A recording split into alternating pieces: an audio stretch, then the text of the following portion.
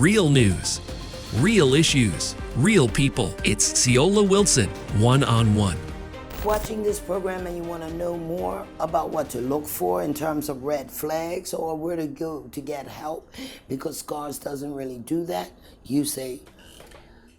So we say go to, for children, to get the healing, call the Family Center.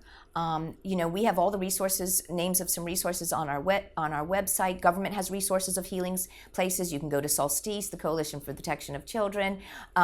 Milestones Limited. I mean, there's all the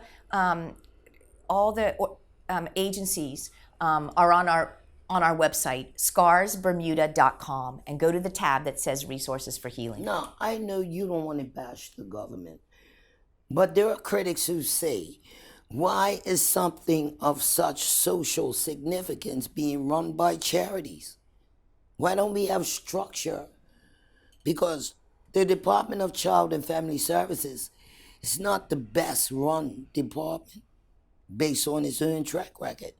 We've had babies die on their watch.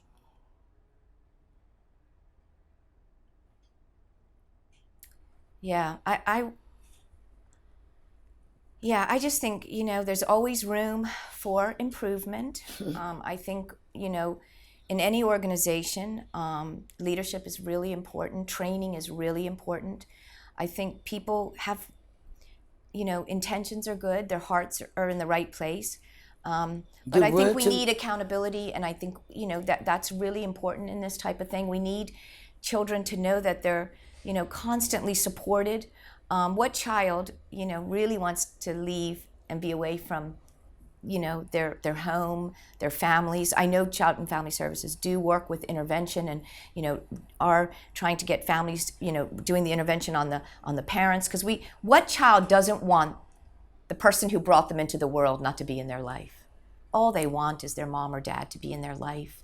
No child is going to thrive without their parents. I don't care who you are. You might have someone else that's going to love you as much, and you can really, I think you can do well in life with that. But at the end of the day, you want the people that brought you into this world, if they're still in this world, to be there for you. I don't think any child wouldn't want that. So I just think it's a very difficult thing. It's a very difficult topic, and I just think we all have to work hard, and we have to put ourselves in the place of that child. So, how would I feel? How would I feel if nobody, if I didn't get a phone call? How would I feel if how would I feel? We have to look at the children. Sure. So in the last week and a half or so of April Awareness Month, what's going on? Well, SCARS is doing a tip of the day. We're on YouTube and we're on all of the social media sites. A tip of the day for parents. What in the beginning we did what children should know. We did what every parent should know. We're supporting the coalition, wearing blue, even though today's not Friday. They have a campaign. They do great work over there.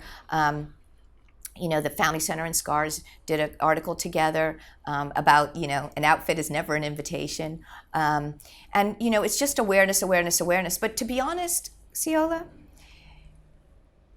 National Child Abuse Prevention is every day. I know they're highlighting it for this month in April, but for us, it's every day. We have to do everything we can to make sure that our children are safe every day. And so, doing this show in April is so important and impactful because we're providing education and awareness. This is real. And you're real. And this show is real. We haven't fluffed anything. We can't fluff anything when it comes to child sexual abuse. We can't. We have to be real about this because people really do get hurt. I think for years we weren't reacting responsibly to this issue, letting people out of Westgate, moving them to transitional living after 3 months, letting them go to a public event where there are children, pedophiles, convicted pedophiles. We'd never do that today. Things have changed. I believe that, and we've seen it at SCARS. And so we as a country should be very proud. We have trained the most people. How many? We've trained over 11,000 people in this country. That's about 20% of our adult population have now been educated. We're the first country in the world that hit tipping point. You know, tipping point is a theory written by a man named Malcolm Gladwell who says if you can affect 5% of your given population on a certain behavior, you can start changing behavior. I think it's called, little things make a difference. So We've seen that happen. So 10 years in, how's the journey? Just heating up? Getting better? Yeah, getting better. We have 53,000 adults. We want every adult to do our 3-hour training. We're grateful to all the organizations who have mandated this education, and we want more parents in the room. You have a child, do yourself a favor and your children a favor. Get educated. Know what you can do to protect your little one from being harmed. If you're out there and you're sexually attracted to a child, go get some help. That's a sickness. It is not okay to use children for your sexual addiction. It's not okay. Get some help, reach out. We have amazing organizations in this country that help with trauma, any trauma. But that, to be sexually attracted to a child, that's a sickness and you need help because you are damaging children. And you're taking away their future, basically. You could be. Their innocence, for sure. Oh, you're stealing their innocence. Never to get back. So I'd like to come back, maybe go live one evening and talk to some survivors if they want to. Yeah, I'd love that. I think, revealing is healing.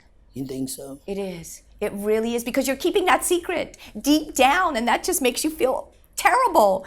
We got to get that out. Put it out in the light. I tell them what's in your wallet, what's in your closet. It's a lot of dirt up in that closet, It is, and I think we need to put that dirt out in the light. None of us are perfect. I am not perfect. Nobody's perfect except God. And we need to reveal that. We need to get it out. Okay, well, I want to thank you for reaching out. Hopefully you'll come back again. Are you kidding me? Sure. I'll come back anytime. We'll be back again in 2 weeks, people. I got another blockbuster, and it's with one of my brethren. I don't know how we're going to get through it because we fight, but it's a good story. I'll be seeing you in a minute. And somewhere around Bermuda Day before the end of May, we'll be getting back to Messina House. Hopefully, I'll have my voice back by then. Thanks for tuning in.